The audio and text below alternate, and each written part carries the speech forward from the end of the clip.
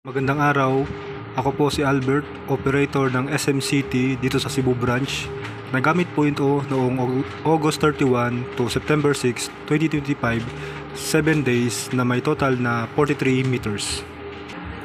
Ito po ang printer head.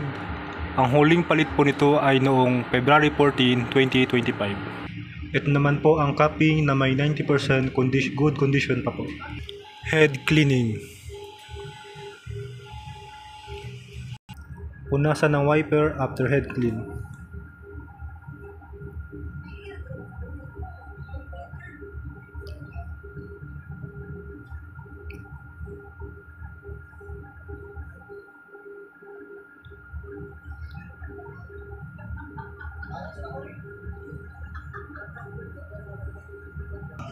Ang ink system po namin ay nasa tamang level lamang.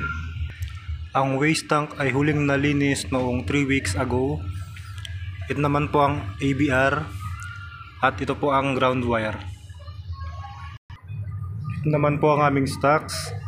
Ito po ang used ink, unused powder, at wala na po kaming detective. Ito po ang aking weekly checklist at updated naman po palagi.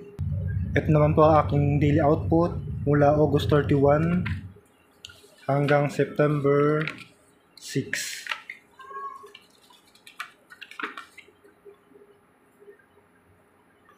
Ito rin po ang aking nagamit na DTF fill. Maraming salamat po.